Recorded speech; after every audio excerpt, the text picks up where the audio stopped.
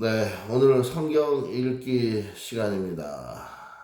네, 오늘은 창세기 5장인데요. 어떻게 대선님 진행해 주시겠습니까? 네네. 진행하겠습니다. 예. 대본을 그냥 쭉 읽죠. 네? 대본이요? 대보잖아 이게. 아, 예, 예. 그렇죠. 기본은 뭔가요? 족보요, 족보. 족보. 그래서 아니, 기본가 뭔지 어려워서 몰라서 물어봤는데. 털보니 무서워. 아니, 저기, 관객님 털보 무서워요. 왜요? 왜요?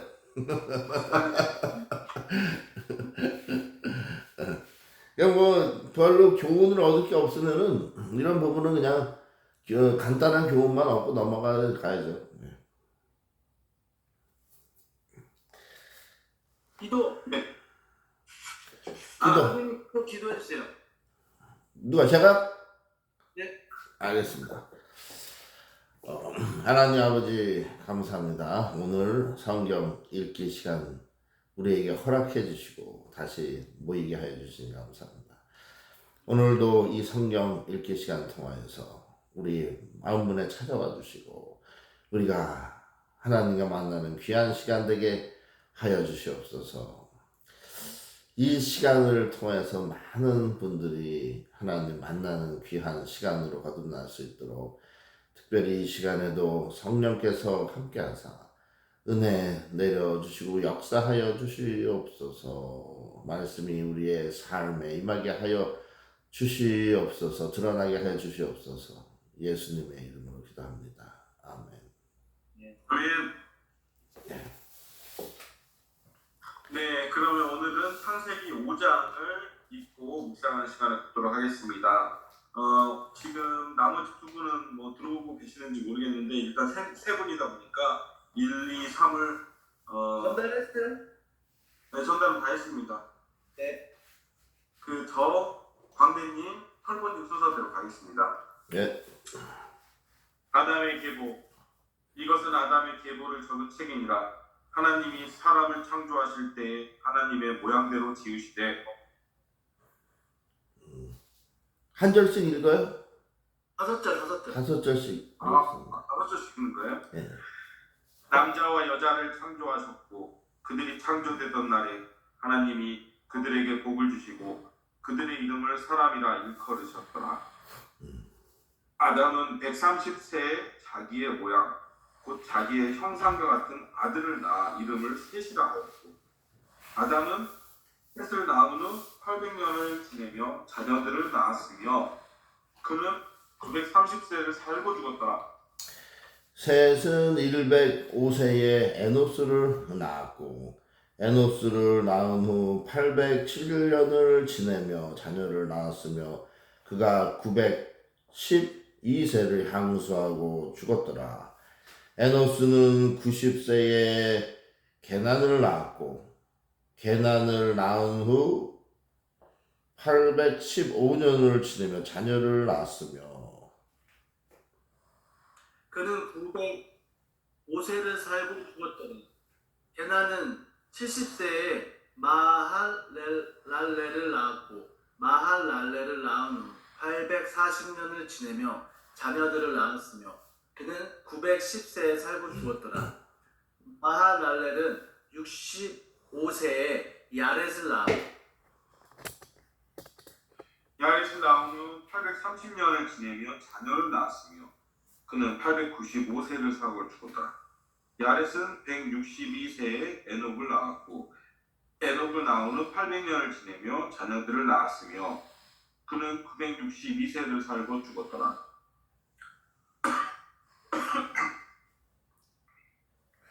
그가 20절이죠? 지금 읽어야 될 때가 21절입니다. 21절. 에녹은 65세에 무드셀라를 낳았고 무드셀라를 낳은 후 300년을 하나님과 동행하며 자녀를 낳았으며 그가 365세를 향수하였더라. 에녹이 하나님과 동행하더니 하나님이 그를 데려가심으로 세상에 있지 아니하였더라. 무드셀라는 187세에 라멕을 낳았고 라멕을 낳은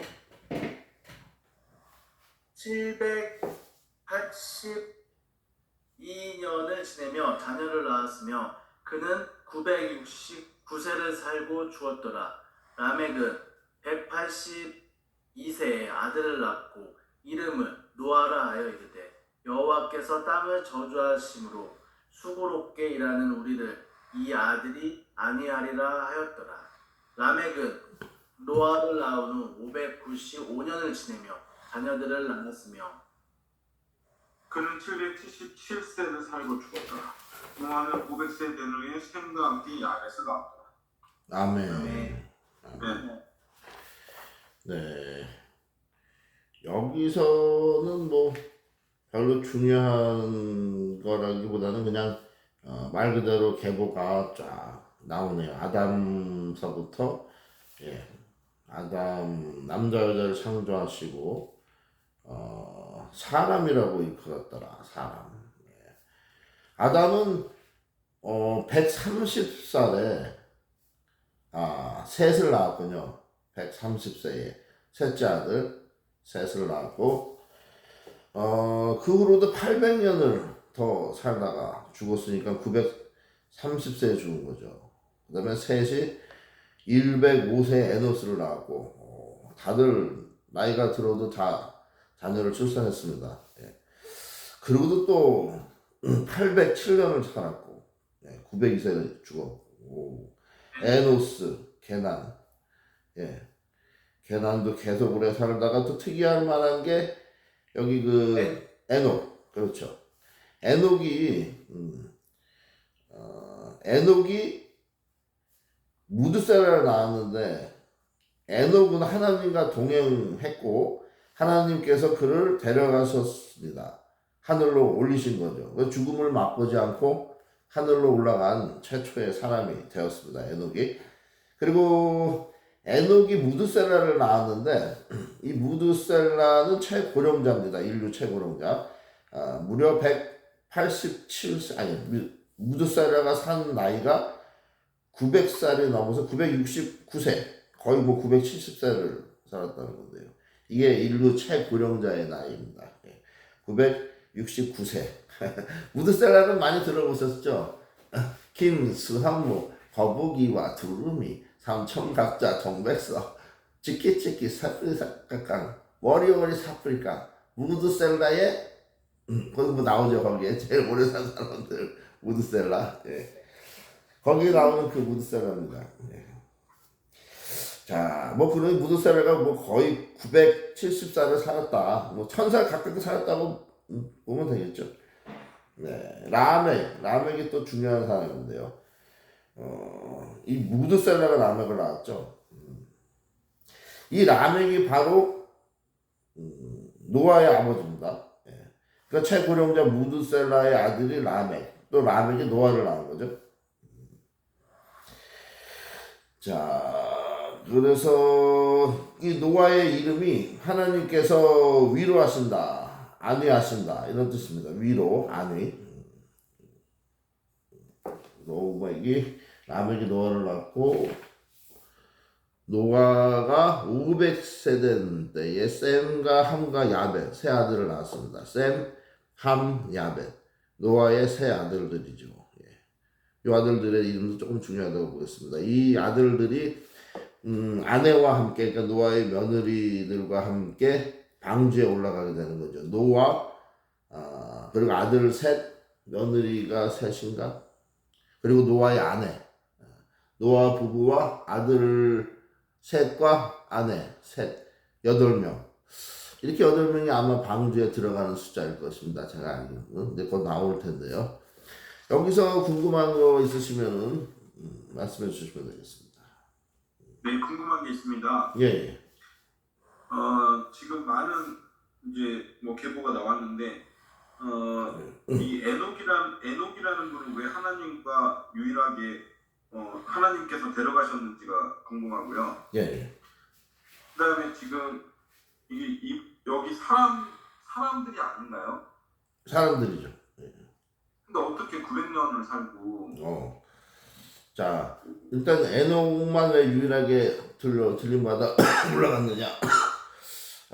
에녹의 그 중심이 그리고 그 마음으로부터 나오는 생활 양식이 굉장히 신실하고 진실되고 하나님 보시기에 선한 것 같았어요. 선했을 겁니다. 그래서 이 에녹의 삶을 통해서 하나님께서 특별히 영광을 많이 받으셨던 것 같아요. 다른 사람들이 악을 행할 때 에녹만은 아주 순수하고 진실된 마음으로 여호와 하나님을 경외하고 늘 하나님을 품에 안고 사랑하고 살았겠죠. 그러니까 하나님께서 특별히 그 중심이 너무 귀한 것이라 죽음을 맛보지도 않고 산 채로 에녹을 데리고 가셨습니다. 예, 그래서 그 에녹이 들림을 받아 올라갔을 때 나이가 자 무드셀을 365세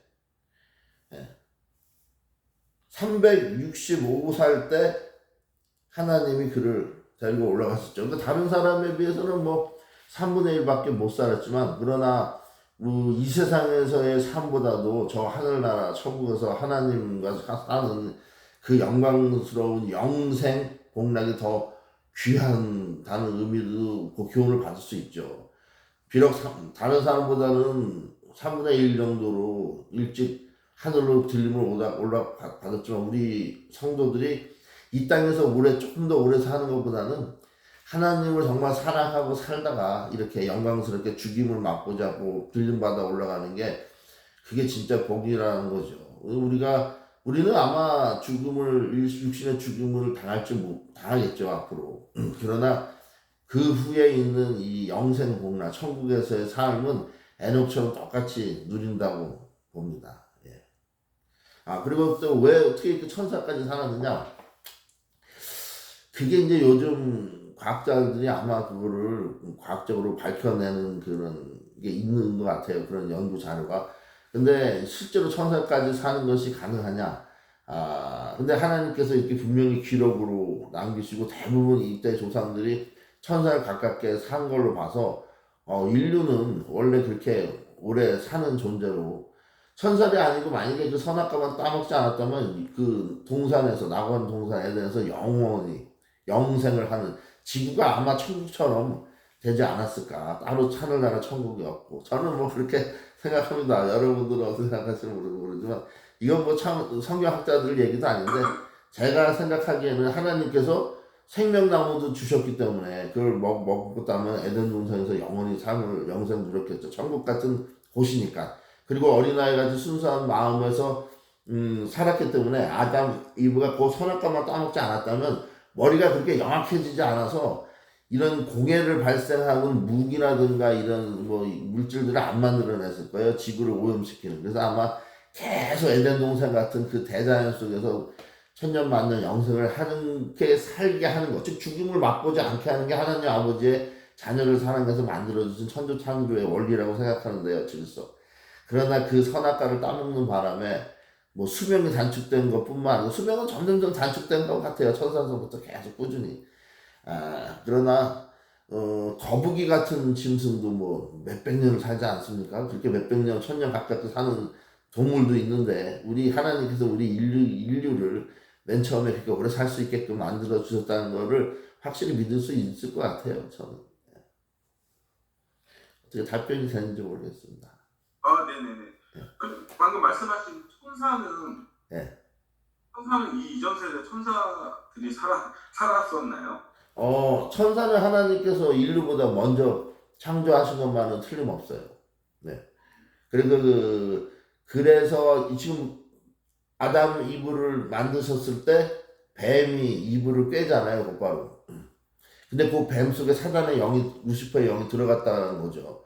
그러니까 하나님께서 이미 타락한 천사 루시퍼와 그의 일행들 천사들을 하늘나라에서 내쫓으신 거죠. 그러니까 이 영들이 하나님께서 창조해 주신 이 지구, 여기로 내려와서 또 공중에서 활동했다고 볼 수 있죠. 그러니까 사람보다 먼저 창조된 존재가 천사라는 걸 알 수가 있습니다.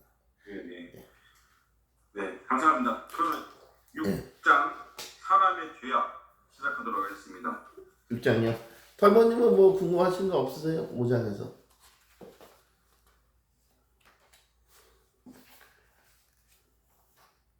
없으십니다. 네. 그러면 노아의 6장. 나오니까 이제는 예. 네, 그럼 6장 들어갈까요? 사람이 땅 위에 번성하기 시작할 때 그들에게서 딸들이 나니 하나님의 아들들이 사람의 딸들의 아름다움을 보고 자기들이 좋아하는 모든 여자를 아내로 삼는지라. 여호와께서 이르시되 나의 영이 영원히 사람과 함께 하지 아니하리니 이는 그들이 육신이 됨이라. 그러나 그들의 날은 120년이 되리라 하시니라. 당시에 땅에는 네피림이 있었고 그 후에도 하나님의 아들들이 사람의 딸들에게로 들어와 자식을 낳았으니 그들은 용사라 고대의 명성이 있는 사람들이었더라.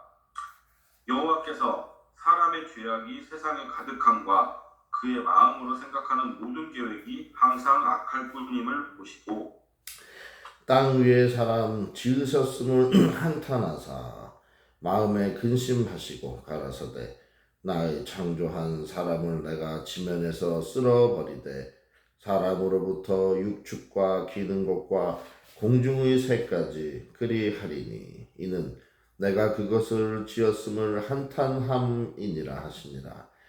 그러나 노아는 여호와께 은혜를 입었더라. 노아의 사적은 이러하니라. 노아는 의인이요 당세의 완전한 자라. 그가 하나님과 동행하였으며 그가 세 아들을 낳았으니 셈과 함과 야벳이라.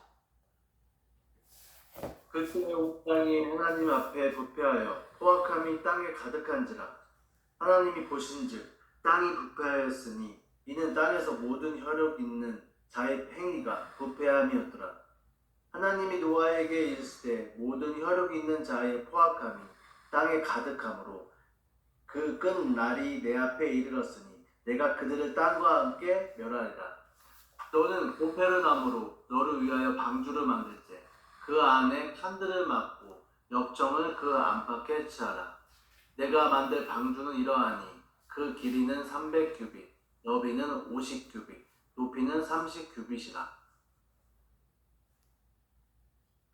거기에 창을 내되 위에서부터 한 규빗에 내고 그 문은 옆으로 내고 상중하 3층으로 할지니라.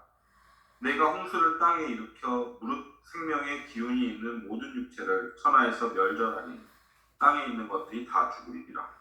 그러나 너와는 내가 내 언약을 세우리니 너는 내 아들들과 내 아내와 내 며느리들과 함께 그 방주로 들어가고 혈육 있는 모든 생물을 너는 각기 암소 한 쌍씩 방주로 이끌어들여 너와 함께 생명을 보존하게 하되 새가 그 종류대로 가축이 그 종류대로 땅에 기는 모든 것이 그 종류대로 각기 둘씩 내게로 나아오리니 그 생명을 보존하게 하라. 너는 먹을 모든 식물을 너에게로 가져다가 저축하라. 이것이 너와 그들의 식물이 되리라. 노아가 그와 같이 하되 하나님이 자기에게 명하신 대로 다 준행하였더라. 아멘. 네. 여기서도 궁금하신 점이나 무슨 깨달으신 은혜가 있으면 나눠주셨으면 좋겠습니다. 딸들이 낳았다고 했는데 하나님의 아들들이 이 사람의 딸들과 결혼을 했다라는 말이 조금 의아할 거예요.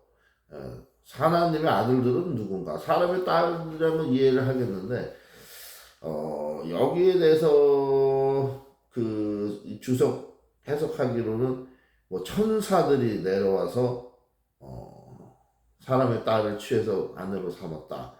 뭐 이런 게 주장하는 사람들도 있고,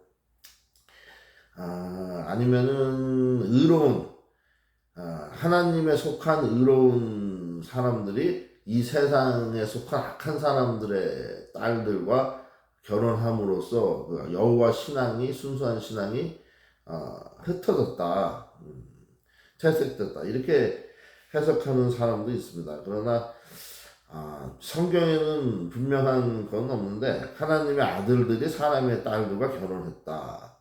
근데 그때부터 또 하나님께서는 나의 신이 사람과 함께 하지 아니하리니 그들이 육체가 됨이라. 여기서부터 이제 말씀하시죠. 그들의 날은 120년이 되리라. 사람의 수명을 천사 가까운 수명에서 120년으로 확 줄여버리십니다. 이 하나님의 아들이 사람의 딸들과 섞이는 것부터 제가 보기에는 아마 여호와 하나님을 창조주를 숭배하던 맨 처음에 조상들이 구전으로 내려오던 그 아담과 이브로부터 구전으로 전수받던 그 창조주에 대한 그 신념과 믿음과 사랑이 점점 잊혀져 가면서 이 사람의 딸, 여기서 요게 중요한 것 같아요. 이게 퇴색한, 한마디로 타락한, 벌써부터 사람들이 악해지기 시작했다. 하나님의 아들들은 이제 여호와 하나님만을 신실하게 바라보고 사랑하고 믿는 사람들이 벌써 악해져 버린 세상 사람들과 섞이면서 하나님께서 그 모습을 좋게 보지 않으시고 인간의 수명을 확 줄여서 120년으로 깎으신 것 같아요. 근데 또 곧바로 네피림이 나오죠. 네피림은 거인족이라고 우리가 알고 있습니다. 거인족들. 자, 근데 또 그 후에도 하나님의 아들들이 사람의 딸들을 취해서 계속 자식을 낳았다. 그들은 싸움을 잘하는 용사다. 이런 걸 봤을 때 계속 인류는 하나님 신앙으로부터 멀어져가는 세상 영에 루시퍼의 영향에 속하는 이 악한 마음을 가지고 있는 딸들, 그 딸이라고 표현했지만 그 딸이 상징하는 의미는 세상 사람들처럼 하나님을 잊혀져가는 그런 풍조를 얘기한 것 같아요. 그래서 그런 결혼을 통해서 거인족도 탄생하고 뭐 싸움 잘하는 용사도 나오지만 이런 것이 좋은 의미는 아닌 것 같습니다. 이 용사들이 또 전쟁을 통해서 많은 사람들을 죽이고 자기가 왕이 되고 지배권을 차지하죠. 이러면서 인류의 역사가 왕 중심으로 전쟁 중심으로 이제 점점 사악해지고 난폭해지는 사랑과 하나님의 하나님에 대한 신뢰, 사랑이 점점 잊혀져 가고 거인족도 나오고 여러 데 있어서 성경 학자들이 또 얘기하기로는요, 그 타락한 천사들이 하나님의 아들은 원래 천사인데 이 타락한 천사들이 사람들하고 섞이면서 요즘 왜 보면은 도마뱀 인간, 외계인, 거인족 이런 것들이 다 악한 천사의 영에 의해서 만들어진 돌연변이가 아니냐. 도마뱀 인간도 있잖아요. 유명한 거물급 엘리트들. 그런 이제 한마디로 믿지 못하는 유튜브에 가설도 많이 돌아다니고 있어요. 근데 여하튼 하나님께서 선포하시는 이 말씀은 굉장히 단순하고 짧아서 우리가 다 이해할 수는 없지만 대충 맥락을 잡을 수는 있습니다. 이미 사람들은 타락하기 시작했고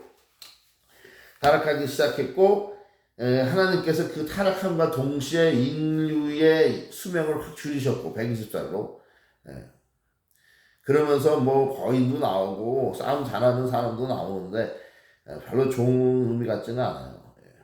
여기 보면 또 바로 죄악이 세상에 관영했다. 생각하는 것도 다 악한 것뿐이다. 사람 지으심을 한탄하고 근심하셨다. 하나님은 후회하지 않는 분으로 아는데 여기 보면 우리처럼 감정이 있으세요. 근심하고 한탄하셨죠. 다 쓸어버리겠다. 다 짐승까지 쓸어버리겠다고 하시면서 한탄하셨습니다. 그러나 노아라는 사람이 의인이고 완전한 자라고 그러죠. 에녹처럼. 셈과 함과 야벳이라는 세 아들이 있었는데 이때 벌써 땅에 강포가 가득했다고 해요. 자, 그래서 이 하나님께서 노아에게 땅을 멸하겠다. 방주를 지어라. 방주는 배가 아니고 그냥 네모다란 사각형, 정사각형의 괴짝입니다. 아주 엄청 큰 괴짝. 그러니까 노를 저어 가는 것도 아니고 그냥 물 위에서 떠다니는 그 뗏목 같은 괴짝이죠. 자, 칸을 막고 그래서 여기 대충 보면은 그 길이, 넓이, 높이 그런 거 구체적으로 나와 있죠. 길이가 창도 내고 홍수를 일으키겠다. 아내와 자부들과 함께 방주로 들어가라. 그래서 아까 8명이라고 그랬죠.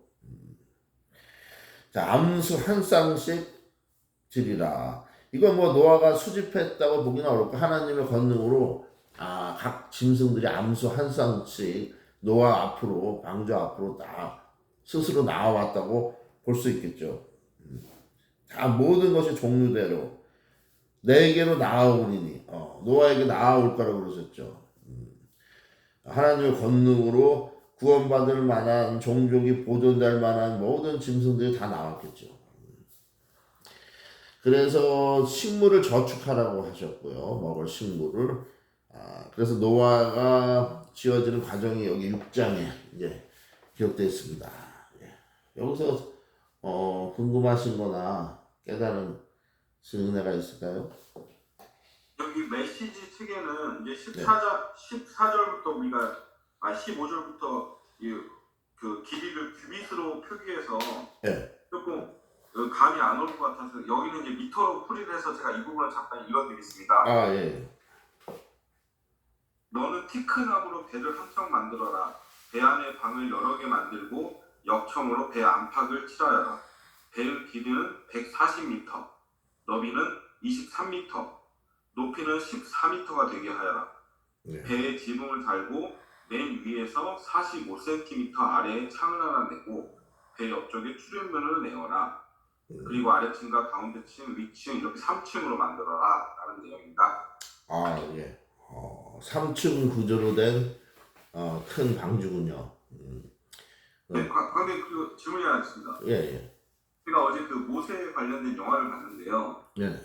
거기서는 이제 하나님께서 그 애국 사람들 네. 그 왕족에게 이제 뭐 그 나일강을 피로 물들인다던가 아니면 뭐 메뚜기 떼를 보낸다던가 네. 이게 뭐 이렇게 그 우박을 내린다던가 점진적으로 이렇게 벌을 뭐 이렇게 내리신 것 같은데 네. 이 노아 시대에는 왜 한 번에 다 휩쓸어서 없애버린다라고 네. 이렇게 하셨는지도 궁금합니다.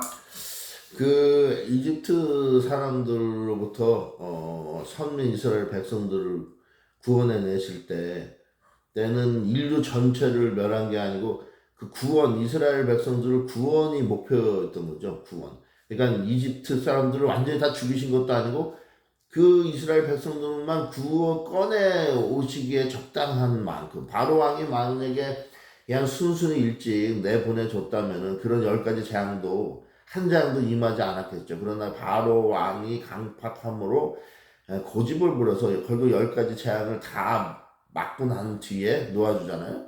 그래서 미련이 남아서 또 홍해까지 또 쳐서 거기서 또 몰살 익사당하고 마는데 하나님은 그분의 그 목표대로 그대로 행하시는 것 같아요. 그 당시에는 이스라엘 백성을 노예로부터 구출해서 가나안 땅으로 들이시는 것이 하나님의 뜻이었고 이 당시는 전 세계 인류가 그냥 노아밖에 의인이 없을 정도로 굉장히 그냥 타락했다는 거죠. 좀 우리가 이해하기에 힘든 것도 있어요. 오늘날이 아마 노아 시대보다 더 했으면 더 했지 덜하지는 않을 거라고 저는 봐요. 왜냐면 시대가 지나면서 점점 인류는 타락했잖아요. 그런데 오늘날 같은 시대에도 렘넌트라고 해서 믿음에 남는 자들은 있습니다. 한국에 계신 분들이나 전 세계에 믿는 정말로 하나님께 구원받을 만한 그런 의인들이 저하고 여러분밖에 여기 3명밖에 없겠어요. 또 있을 거란 말이야. 근데 노아 시대 때는 어떻게 노아 한 명, 여기 보면 노아의 아내나 며느리나 아들들도 의인이라는 표현이 없고 오직 노아가 의인이었기 때문에 그 아내와 자식들이 며느리들까지 다 함께 가족이니까 구원해 주신 것이지 그 아내나 아들들이나 며느리들이 그 시대 이 시대 그 노아 시대 사람들처럼 악하지 않았다고 생각할 수가 없어요. 예, 다 똑같이 물들어서 그 노아 한 명만 보면 노아 한 명만 의인이라고 기록돼 있잖아요. 마치 많은 사람들 중에서 에녹만 그 하늘로 들림을 받은 것처럼 여기 있습니다. 노아는 의인이요 당세의 완전한 자라. 여기 노아에 대한 표현만 있고 뭐 가족들에 대한 표현은 없는데 그러니까 이미 그 시대도 우리가 의아한 거는 어떻게 그때 한 20억 명 정도 됐다고 그래요. 성경학자들은 이 노아 시대에 멸망당한 인구의 수가 전 세계적으로 20억 명이나 되는 많은 사람들 중에 의인이 어떻게 하나밖에 없었을까? 근데 이제 우리가 이런 것을 우리의 머리로는 그렇게 생각하지만 그 노아의 홍수 사건이 이미 과학적으로 밝혀져 있고 그 당시에 어떤 일이 일어난지 모르지만 우리는 성경의 기록에 따라 그대로 믿을 수밖에 없죠. 전 세계 인류는 하나님께서 다 쓸어 엎으셨다. 노아의 가족 8가족으로부터 또 후손이 쫙 퍼져서 모든 인류가 또 그때부터 다시 퍼진 것이다. 이렇게 생각할 수밖에 없습니다. 예. 아까 그걸 질문하셨던 건가? 뭘 질문하셨지? 대성님께서. 제가 읽고 나가고 있었죠? 아니다. 그 질문을 하셨던 건가? 무슨 질문을 해서 거기에 대한 답으로 제가 이걸 들었는데. 네, 그 질문에 대한 답 맞습니다. 예. 또 궁금하신 거 없으시죠? 네, 그러면 드디어 이제 홍수 이야기가 나오는데요. 7장을 읽도록 하겠습니다. 예. 여호와께서 노아에게 이르시되 너와 내 온 집은 방주로 들어가라. 이 세대에서 내가 내 앞에 의로움을 내가 보았습니다. 너는 모든 정결한 짐승은 암수 7씩 부정한 것은 암수 2씩을 내게로 데려오며 공중의 새도 암수 7씩을 데려와 그 씨를 온 지면에 유전하게 하라. 지금부터 7일이면 내가 40주야를 땅에 비를 내려 내가 지은 모든 생물을 지면에서 쓸어버리리라. 노아가 여호와께서 자기에게 명하신 대로 다 준행하였더라. 홍수가 땅에 있을 때에 노아가 600세라. 노아가 아들들과 아내와 자부들과 함께 홍수를 피하여 방주에 들어갔고 정결한 짐승과 부정한 짐승과 새와 땅에 기는 모든 것이 하나님이 노아에게 명하신 대로 암수 2씩 노아에게 나와 방주로 들어갔더니 7일 후에 홍수가 땅에 터피니 노아가 600세 되던 해 둘째 달 곧 그 달 11의 날이라. 그 날에 큰 기름의 샘들이 터지며 하늘의 창문이 열려 40주야를 비가 땅에 쏟아졌더라.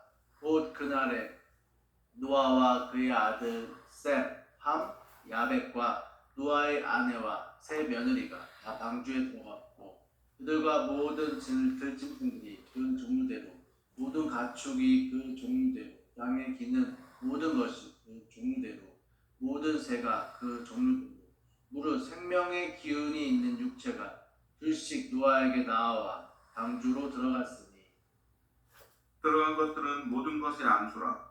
하나님이 그에게 명하신 대로 들어가매 여호와께서 그를 들여보내고 문을 닫으시니라. 홍수가 땅에 40일 동안 계속된지라 물이 많아져 방주가 땅에서 떠올랐고 물이 더 많아져 땅에 넘침에 방주가 물 위에 떠다녔으며 물이 땅에 더욱 넘침에 천하의 높은 산이 다 잠겼더니 물이 불어서 15규빗이나 오르니 산들이 잠긴지라.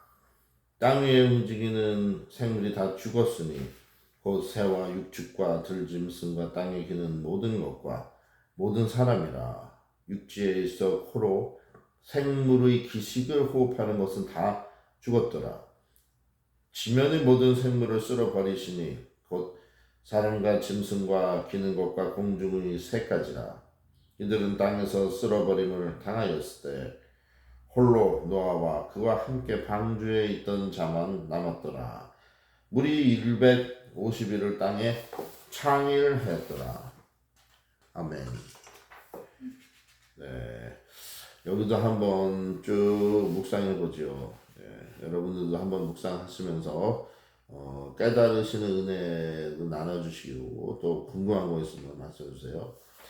자, 여호와께서 방주로 들어가라. 의로움을 봤다. 노아에게 말씀하시는 거죠. 우리도 이렇게 하나님께서 보시기에 오늘날 약한 시대에서 어쩌면 뭐 극소수밖에 없을 거예요. 뭐 그 중에 우리가 포함되어야 되겠죠. 의로운 자들 중에. 정결한 짐승은 암수 7씩 하고 또 부정한 짐승은 암수 2씩. 이렇게 그 씨를 보존하는 데에도 역시 하나님께서는 선한 것들을 더 번창케 해주시는 하나님의 그 뜻을, 선하신 뜻을 알 수 있습니다. 그러나 부정한 것도 종족을 보존케 해주시는 거죠. 부정한 것도. 오늘날 악인들도 여전히 은혜를 베푸시는 걸 볼 수 있어요. 거기에 뭔가 하나님의 뜻이 있으신 거죠. 자, 그래서 40주야를 땅에 비를 내리신다 하고 600세. 홍수 사건이 있을 때 노아는 600세였던 거죠. 600세. 자부들과 함께 다 들어갔고, 네, 명령하신 대로 다 짐승도 들어갔고요. 40주야를 40일을 계속해서 소나기가 엄청나게 쏟아졌다고 볼 수 있겠습니다. 셈, 함, 야벳이 방주로 들어갔고요. 모든 짐승의 종류대로. 자, 이제 드디어 방주가 물에 떠올랐고요.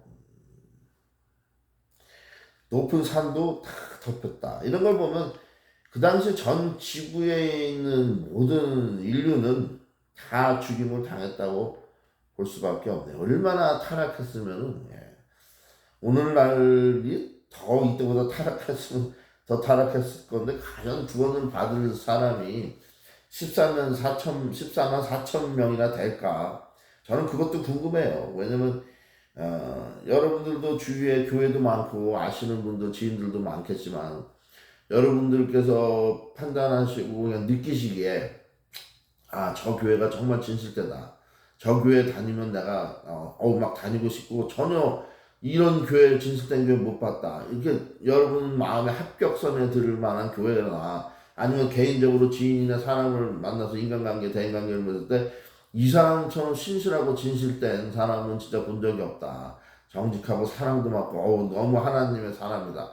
한마디로 실망을 안 느끼는 사람, 교회, 하나님의 완전한 것, 이런 사람이나 교회를 만나신 적이 있으세요? 저 같은 경우에는 만약에 내가 그런 교회를 만났다면은, 제가 한인교회를 다 다녀봤거든요. 수십 군데, 뉴욕과 조지아에. 그럼 저는 그 교회 중심으로 정말 천국생활 같은 기쁨을 누리면서 그 교회를 열심히, 그 교회를 섬기고, 물질적으로나 뭐 영적으로나 마음적으로 했는데, 지금 결국 다 아무 교회도 못 나가는 거 보면은 그런 교회를 못 찾았다는 거예요. 다 실망하고 나오고, 뭐 뒤집어 엎어버리고 나오고 그렇게 된 건데, 사람도 그런 사람을 뭐 한 명 못 만났다고 얘기할 수 없겠죠. 우리 아내를 그냥 그래도 이 사람이 참 진실되고 착하다 해가지고 같이 살다 보니까 그 와중에는 싸움도 많이 일어나고 실망을 한 적도 있었죠. 그러나 돌아보면 그게 아내의 꼭 잘못 때문에 내가 실망한 건 아니고, 나 자신도 부패하고 타락하고 허물이 많고 흠이 많기 때문에 그 와중에서 서로 오해가 생기면서 이런 싸움이 일어났구나. 내가 어떻게 보면 아내를 이해 못한 점이 더 많구나.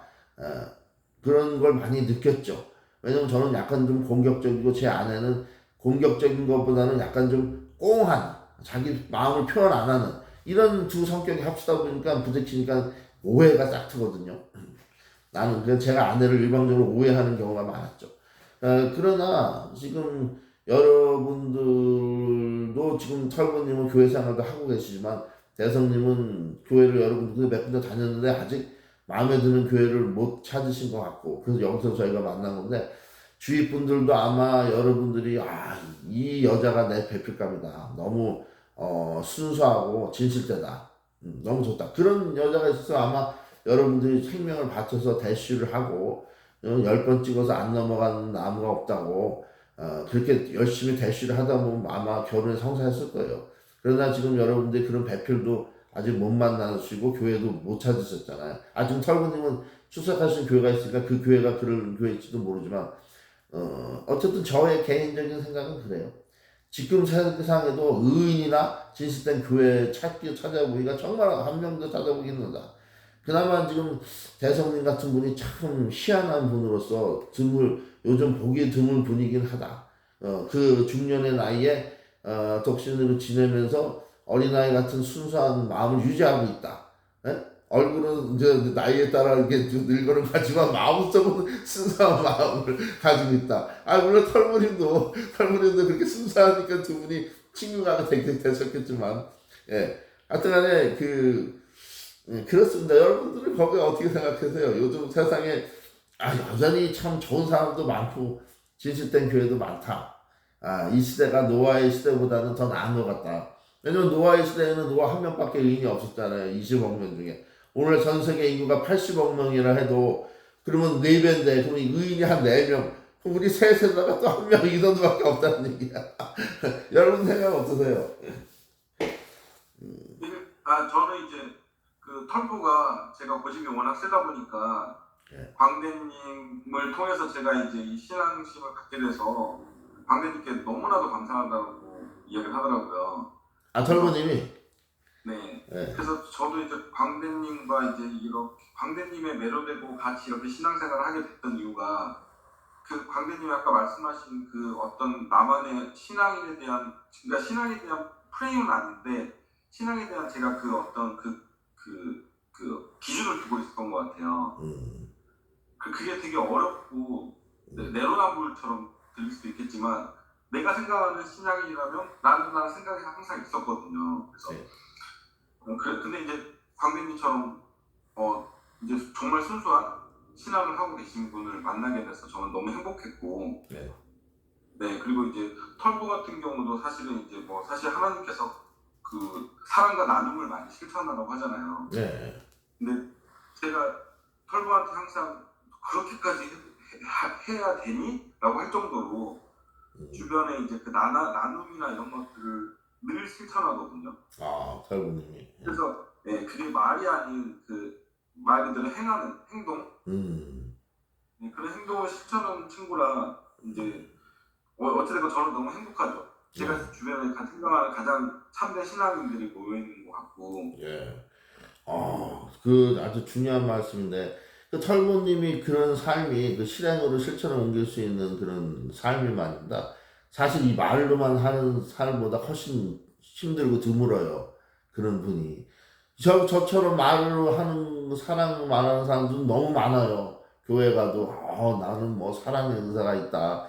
나는 사람들을 위로해주는 은사가 있다. 말로는 대부분 목사들도 그렇게 말하지만 실제로 그 사람들의 삶을 가만히 들여다보면 실천이 없다는 얘기죠. 행동으로 옮겨지는 거. 작은 떡 하나도 빵 하나도 한 끼 식사도 주위 사람들에게 나누지 못하는 이기심, 자기 것만 아깝고 근데 털보님께서 그런 나눔을 행하신다는 것은 굉장한 겁니다. 왜냐면 털보님이 무슨 성직자도 아니고 목사나 교회를 운영하시고 그리고 교회당 예배당에 있는 분도 아닌데 그렇다고 그 교인들이 있는 것도 아니잖아요. 그렇게 가식적으로 인위적으로 보여야 될 그런 신분도 아니고 그런데도 이 성경 말씀에 있는 그런 사랑과 나눔 그게 사실 제일 힘든 거거든요. 말로는 쉬운데 나눔의 행위, 사랑의 실천 행위가 너무 힘들어요. 저도 실제적으로 구체적으로 나타나는 게 없잖아요. 이 방송을 통해서 말씀 전하고 사랑을 강조하지만 제가 제 물질로나 헌신으로나 수고로나 이런 걸 직접적으로 하는 거는 말을 많이 해서 입이 좀 피곤하다 이거 외에는 전혀 없잖아요. 근데 제가 그 털보님의 저 영상에서 붕어빵 나눔 행사 같은 것도 보고 그런 나눔 그게 작은 실천 같지만 그렇지는 않아요. 거기에는 자기의 물질과 노력과 수고와 헌신 봉사가 들어가야 되기 때문에 그러니까 요즘 그런 작은 것 하나라도 거저 교회에서도 거저 안 나눠주는데 신경 시간에 음식을 팔고 그래서 그 캠핑장 같은 걸 통해서 그런 예수님의 사랑 하나님의 그 거저 베푸는 사랑이 확대되다 보면 그 캠핑장 에어리가 교회처럼 그렇게 놀라운 성령의 기름 부음이 부어질 수도 있어요. 굉장히 의미심장한 그런 만남이 이루어지고 있는 것 같아요. 우리 주변에서. 하여튼 굉장히 좋은 징조입니다. 예, 그래서 40일 동안 다 덮였고 다 죽었고 물이 150일을 땅에 있었다. 예. 여기서 또 궁금하시거나 은혜 여기 주실 거. 네. 그런데 여기서 이제 정결한 짐승은 암수 7쌍을 두었고 예. 부정한 짐승은 암수 1쌍, 그러니까 정결한 짐승을 암수 7쌍을 둔 이유는 뭐 없나요? 원래 7이라는 수가 하나님께서 정하신 완전수예요.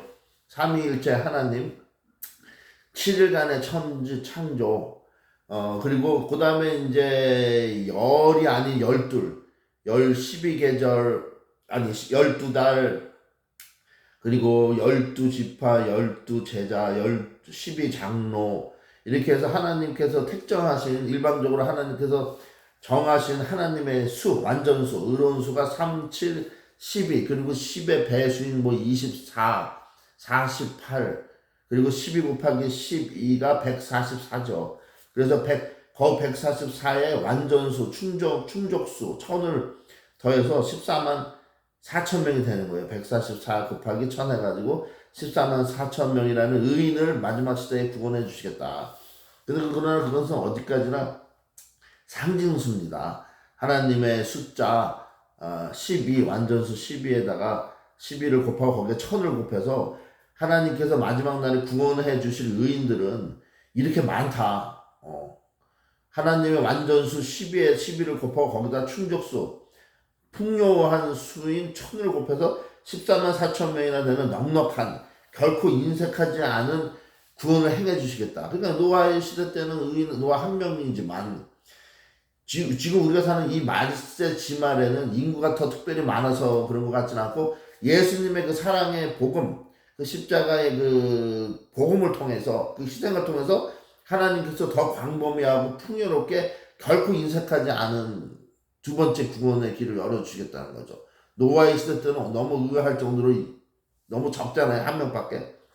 그러나 우리가 사는 이 시대에는 그 14만 4천 명이라는 게 꼭 이스라엘 사람들을 얘기하는 게 아니고 전 이방인까지 해가지고 하나님께서 구원해 주실, 한마디로 천국에 들어갈 숫자가 14만 4천 된다는 얘기죠.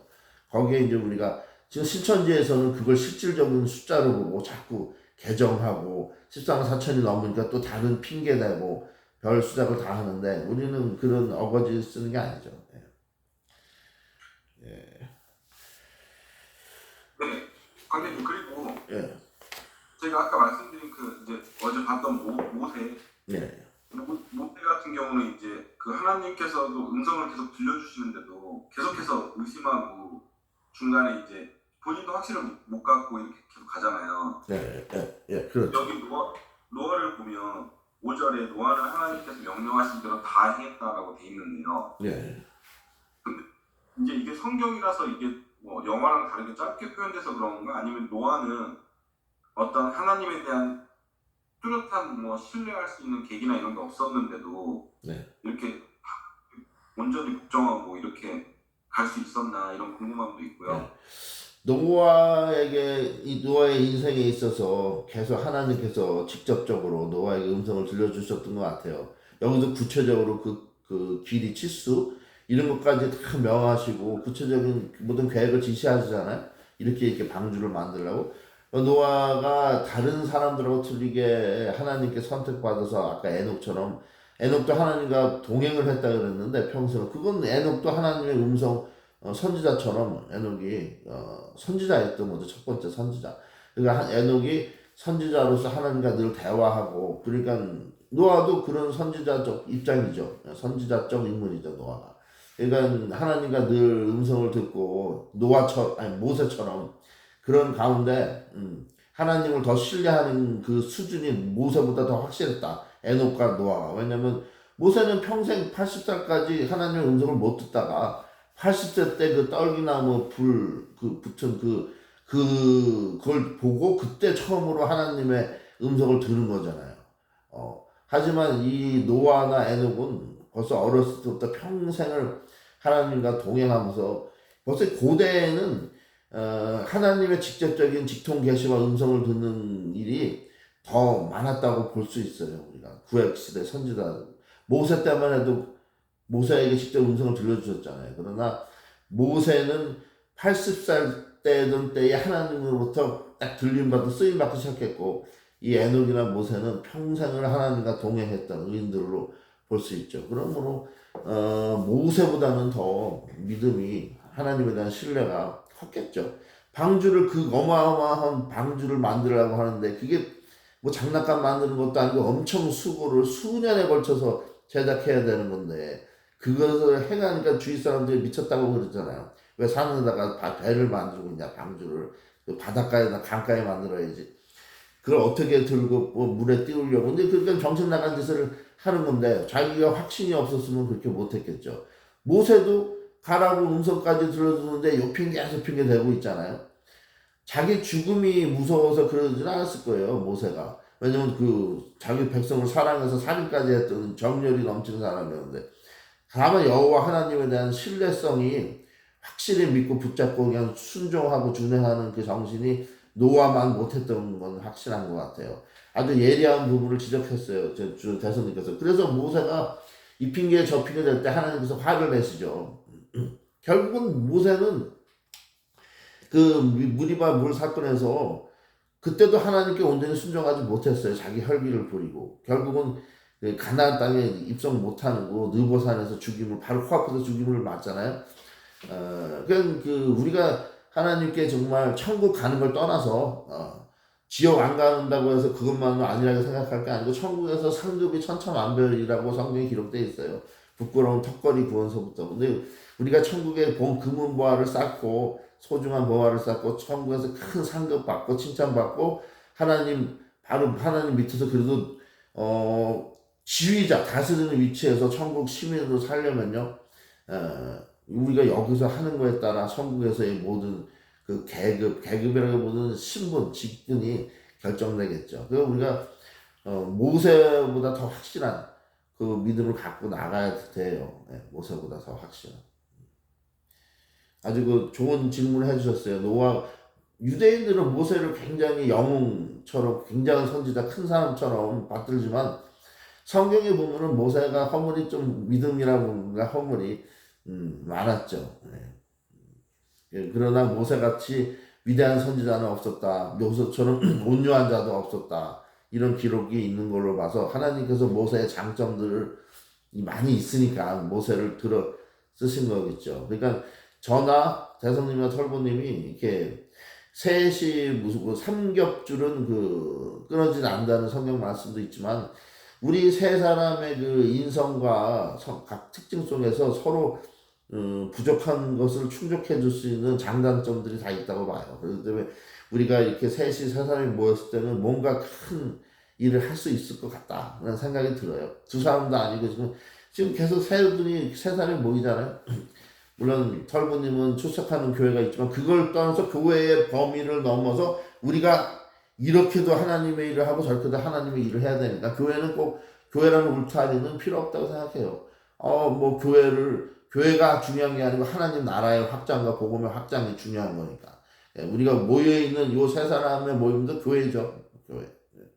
그러니까 이 교회도 저 교회도 다 하나님의 집인데, 우리가 정말 참 하나님의 집이 되기 위해서, 왜냐면 요즘은 하나님의 집이 마귀 사탄의 집화되어 있는 현상이에요.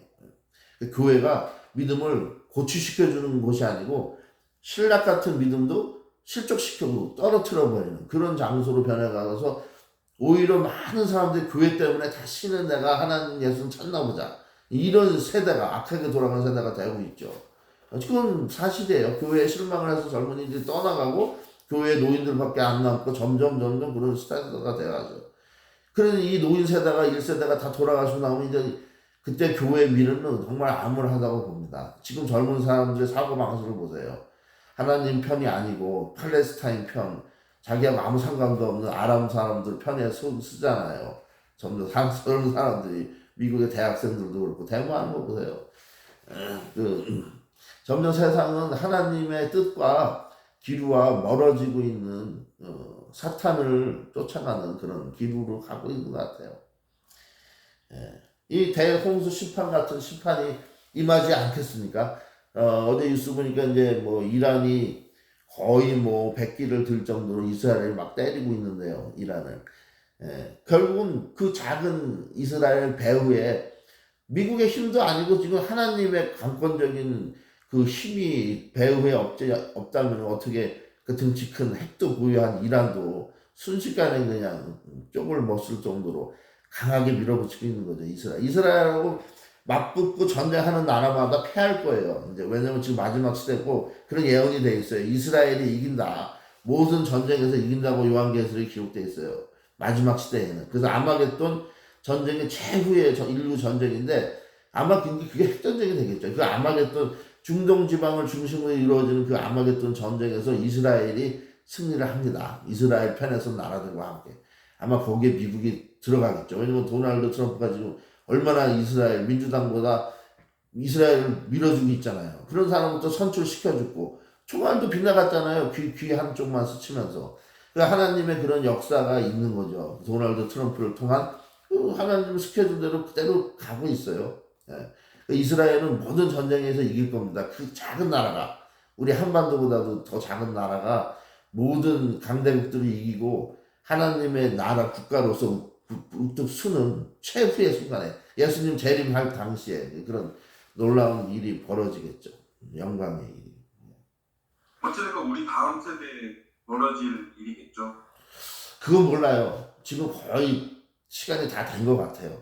우리 살아있을 때도 그렇게 일을 우리가 볼 수도 있고 왜냐면 전쟁이 지금 너무 여기저기서 터지고 우크라이나 전쟁도 지금 몇 년이 됐는데 안 끝나잖아요. 점점 심해지고 있고 중동 전쟁은 이제 본격적으로 불이 붙기 시작했고 앞으로 그 시진핑도 건재하고 있고 김정은도 독재 정부도 건재하고 있고 아마 제가 그 말씀드린 것처럼 한국이 굉장히 위험할 수도 있어요. 이런 소용돌이 속에서 전쟁 소용돌이 속에서 여러분들이 그때 제가 농담처럼 드린 말씀이지만 뭐 독신으로 이때까지 하나님께서 여러분들을 인도해 주신 거에도 뭔가 뜻이 있을 거라고 봐요. 가정을 이루고 환난 날에 에벤 여자가 화가 있다 그랬거든요. 환난 날에는. 이 환난 날에 지금 여러분들이 한국 땅에서 여전히 계신데 그 한국 땅의 위에는 그냥 첩첩산중으로 북한, 중국, 또 러시아 이런 첩첩산중이 쌓여 있고 그 사람들은 다 악한 나라들이잖아요. 하나님의 나라가 아니에요. 전쟁 나면 이스라엘을 미워할 나라들이거든요. 왜냐면 영 자체가 그런 영에 속해 있어요. 루시퍼의 영에. 그렇기 때문에 굉장히 위험해요. 한반도가 지리적으로 봤을 때. 근데 여러분들은 독신으로 계시고 저는 35년 전에 미국 땅으로 하나님께서 불러 들이셨지만 환난 날에 피할 길을 주신다 그랬거든요. 의인들에게는. 여기도 구체적으로 보면 방주를 통해서 굉장히 섬세하잖아요. 짐승들까지. 그것도 7쌍, 2쌍 그 숫자까지 구체적으로. 구체적인 방안을 환난 날 전에 여러분들한테 주실 거예요. 그래서 저는 여기 조지아에 무슨 여러분들이 거주하는 우리 마을을 만들자. 그런 하나의 기업으로 뭉치자. 근데 그런 일이 일어나겠습니까? 왜냐면 근데 이제 무서운 거는 말투가 발등에 불이 떨어지고 급해지면요. 돌아가는 정세가 세계적으로. 그때는 좀 늦을 수가 있다. 왜? 그때 출국이 하기가 쉬울까요? 비즈니스 정리하기가 쉬울까요? 아무도 그런 활동을 못할걸요. 비즈니스 같은 거 정리하고 그런 활동을. 그러니까 지금 여기 미국 봐요. 이민의 문을 닫잖아요. 이 도널드 트럼프가 불체자들 다 나가라. 그거 왜 그렇게 하겠어요? 이제 자기 국민들만 시민들만 싹 보호해야 될 시대가 온다 이거죠. 쓸데없는 것들 다 내보내고 이용만 해먹은 거예요. 수십 년 동안 노예로 남미 스페니스들 저임금으로 일만 부려먹다가 이제 쫓아내려니까 그 숱한 인구들이 데모를 하고 들어오고 일어설 수밖에 없죠. 노예로 실컷 부려먹다가 이제 나가라 그러냐. 그 사람들 원래 불법 체류자였어요. 그러니까 이제 이게 뭐냐. 도널드 트럼프가 그런 정책을 하는 이유는 시대가 가까웠다는 거죠. 이제 전쟁 소용돌이 속으로 들어갈 이 사람들은 뭔가 아는 거예요. 지도자들은. 그래서 이제 미국에 들어올 수 있는 문이 완전히 닫히고 전 세계가 그냥 그 시나리오 속으로 들어갈 수도 있다 이거예요. 지금 한국 분들은 굉장히 안일할 수밖에 없는 게 이 수십 년 동안 남북의 갈라진 체제 속에서 너무 그게 타성에 젖었어. 에이 무슨 이때까지도 몇십 년 동안 아무 일도 없었는데 무슨 일이 일어나겠어. 하지만 소돔과 고모라나 노아 심판 때 보세요. 갑자기 모든 사람들은 무슨 일이 일어나겠어 하는데 갑자기 일어나잖아요. 갑자기.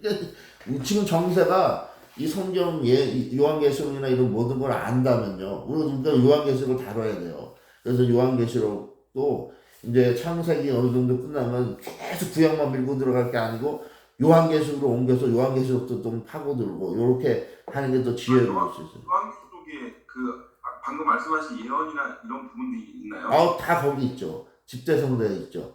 구약에도 조금 나오는데 다니엘서 같은 예언서에. 그러나 이 말세지말 오늘날 우리 시대를 정확하게 아주 깊게 묘사한 거는 요한계시록 전체를 통해서 다 자세히 기록이 돼 있어요. 그 요한계시록을 보면 이 마지막 시대에 믿는다는 사람들의 믿음 생활이 나타나요. 형편없는 그 믿음 생활. 타락한 세대, 묘사. 그러니까 이제 우리가 요한계시록을 여러분들이 의견 이 창세기라는 이런 역사 같은 것보다도 다음 시간에 우리가 요한계시록을 또 파고드는 것도 괜찮다고 봐요. 지금까지 한 7장 이렇게 했잖아요. 천지창조. 이제 앞으로는 뭐 구약의 역사, 이스라엘 백성들의 역사가 나오는데 우리는 신구약을 이렇게 넘나들면서 또 사복음서를 통한 예수님의 직접적인 가르침도 교훈도 받고 요한계시록에 들어가서 진짜 우리가 사는 이 세대에 어떤 일이 벌어질까. 실제로 유튜브가 뜨나 다른 목사님들 보면은 유튜브 특히 그 요한계시록을 아주 자세하게 풀어가지고 여러 가지 말을 하는 사람들이 많아요. 그런데 제가 보니까 다 제각각인 경우가 많아요. 인위적으로 뭐 날짜를 정한다든가 시기를 정한다든가. 그러나 우리가 요한계시록을 묵상해야 되는 이유는 그런 걸 떠나서 대추체적으로 큰 대열을 잡고 이 시대가 그 마지막 시점에 임박한 시대가 맞구나. 그리고 어떤 징조가 마지막 시대에 일어날 것인가. 이런 것을 눈을 뜨면서 우리의 삶의 방향을 제대로 잡아가자 이거죠. 실제적으로 우리 삶에 딱 적용시켜서 이렇다면 요 단계가 지금 여기까지 왔으니까 세계가 우리가 요 단계에서는 어떻게 대처해야 되겠다. 실제 그게 하나님의 뜻이거든요. 왜냐하면 깨닫지 못하고 분간을 못하고 세대를 분간하지 못하면 예수님이 질책하셨잖아요. 너희가 왜 날짜나 절기 다 구별하면서 왜 이 시대의 징조를 구별하지 못하냐. 자, 이 무화과 나무가 익으면 때가 여름이 다가고 그것처럼 지금 세계에서 돌아가는 모든 징조를 보면 우리가 지금 이때에는 어떤 태세로 어떤 방향으로 삶을 변환시키고 추진해 나가야 되나. 우리 삶에 어떤 변화가 필요한가. 구체적으로 이런 걸까지 우리 삶에 실제로 적용할 수 있어야 되죠. 그래서 저는 지금 제 채널 이렇게 홍보나 쇼트 제작 이런 것도 물론 여러분들의 정성이고 중요한데 우리가 더 큰 목표와 중요한 그 시대라는 걸 깨달아서 그쪽으로 다시 집중해야 돼요. 저 채널의 이런 발전, 성장 이런 것보다는 저는 여러분들의 그 삶과 그리고 우리가 앞으로 이 마지막 끝날 심판의 날까지 이루어야 될 교회, 정말 믿는 사람들의 이런 모임, 예배, 그 예배를 통해 하나님께 영광 드리고 하나님의 그 구체적인 그 성령의 인도하심 받아서 우리가 어떻게 우리 삶을 진행해 나가야 되는 것인가. 이런 것이 사실 우리에게 더 급한 문제라고 봅니다. 예. 여러분들 원하시면 요한계시록을 들어가서 그런 것도 의미가 좋다고 봐요. 네네. 관장님 제가 질문을 너무 많이 해서 벌써 10시 11분이 돼버렸습니다. 예, 오늘 여기까지 해야 될 것 같아요. 예, 알겠습니다. 우리 기도는 그러면 누가 다른 분이 해주셨으면 좋겠는데. 기도는 제가 하겠습니다. 예. 하나님 아버지 오늘 또 이렇게 귀한 그 하나님의 말씀을 들을 수 있는 성경 시간을 주시고 이렇게 모이게 해주셔서 감사합니다. 아멘. 오늘 또 창세기에 관해서 또 하나님께 조금 더 가까워질 수 있는 시간이었고 매우 귀한 시간이었습니다. 열심히 또 설명해 주신 광대님 말씀해 주신 광대님 감사하고요. 또 또 같이 함께 해주신 우리 동역자 털보님 감사합니다. 이 세 분 모두 하나님의 은혜와 은총이 가득하길 바라며 오늘 밤도 다들 고생 많았습니다. 예수님의 이름으로 기도하겠습니다. 아멘. 아멘, 아멘. 감사합니다.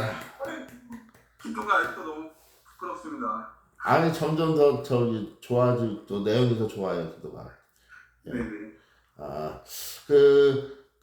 털보님 그냥 아까 제가 그 영상을 다시 한 편 찍어서 보내드린다 그랬는데 그냥 제가 보내드린 걸로 하시면 될 것 같은데요.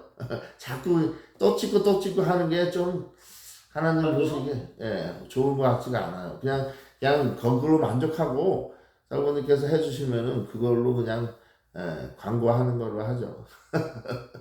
알겠습니다. 예, 아유, 좀 고생스럽더라도 좀 수고 좀 해주시고요. 제가, 예. 이 채널 통해서. 예. 형님 그리고 제가 목요일 날 네. 이제 지방에 이제 동창들 네. 이제 4시부터 모이기 시작하는데 아마 이제 그날은 조금 늦게 끝날 것 같아서 그날이 무슨 날 요일이라고요? 목요일? 목요일이요. 아, 동창들 모임이 있어요, 집안에서? 제가 이제 웬만한 이제 이것도 화요일하고 목요일 빼는데 네. 이 지금 여기 지방에 있는 동창들이 올라와서 이제 갑작스럽게 이제 모임이 생겼는데 예. 하필 이제 목요일인데 아마 4시고 친구들 따고 술자리 하고 이러다 보면 그날 늦을 것 같아서 그러면 이번 주는 금요일이나 뭐 토요일 다른 요일로 옮기죠. 빼먹는 것보다는 이 읽기 시간이 혈보님과 강상현님 계시잖아요. 그분들한테 양해를 좀 구해야죠. 왜냐면 우리가 서로 이렇게 급한 일이 있으면은 같이 모이는 게 의미가 있는 거니까. 지금 사람이 많아서 그렇다면 뭐 이렇게 진행해야 되겠지만 숫자도 예? 금요일날 괜찮아요. 예, 그러니까 서로 양해해주고 이해해줘서 같이 모이는 게 너무 숫자가 적으니까 그럼 우리가 금요일 날 하는 걸로 옮겨요. 이번 주 성경 읽기는. 예. 네. 그리고 제가 예, 말씀하세요. 발표 레슨하고 네.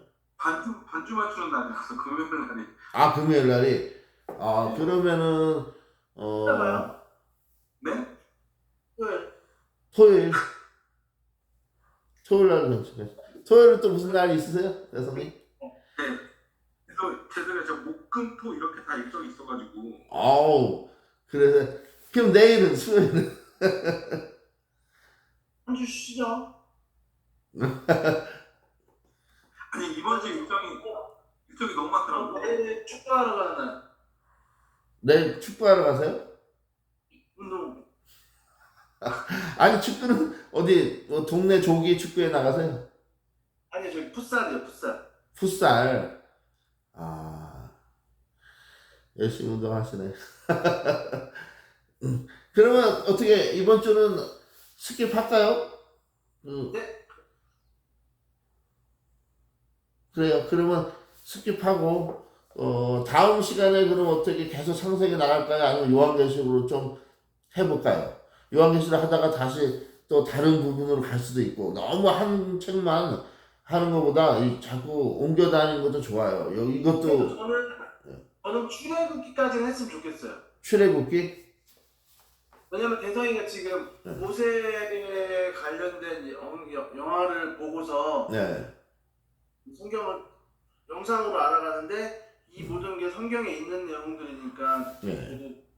출애굽을 좀 보고 빨리 그리고 출애굽 다음에는 신약 그래서 마태복음이든 뭐 요한복음이든 출애굽이 창세기인가요? 아니 창세기 다음에 나온 책. 그럼 신약이잖아. 구약에 모세가 그 이스라엘 백성들을 애굽에서 인도해내는 그 책이죠. 출애굽기. 그때 내용이 정말 너무 드라마틱하고 영화 보는 내내 막 가슴이 막 두근두근대고 뭉클하고 그랬습니다. 알겠습니다. 아니 저번에 사도 바울처럼 살고 싶다가 하더니 이제는 모세처럼 살고 싶다고 하고 그때는 사도 바울님에 대해서 잘 몰랐고 광대님께서 저는 그때 광대님께 들은 게 달아서 사도 바울이 그 싱그림에도 하나님의 그 사명을 다하기 위해서 살아갔다. 그게 임팩트를 받아서 사도 바울 좀 살아야 되겠다 생각한 거죠. 아우, 우리가 지금 믿음의 조상들처럼 다 살아야죠. 어떤 사람 다 살. 알겠습니다. 그러면 출애굽기까지 좀 나가죠. 그 다음에 뭐 다른 신약으로 가더라도. 알겠습니다. 그러면 이번 주는 쉬시고 뭐 주일 예배 때 그럼 뵙는 걸로 하죠. 네. 예, 감사합니다. 혹시 변동사항 생기면 말씀해 주세요. 예, 예. 아유, 고맙습니다. 자, 편안히 주무시고요. 예. 고맙습니다. 자, 예. 주무세요. 예. 감사합니다.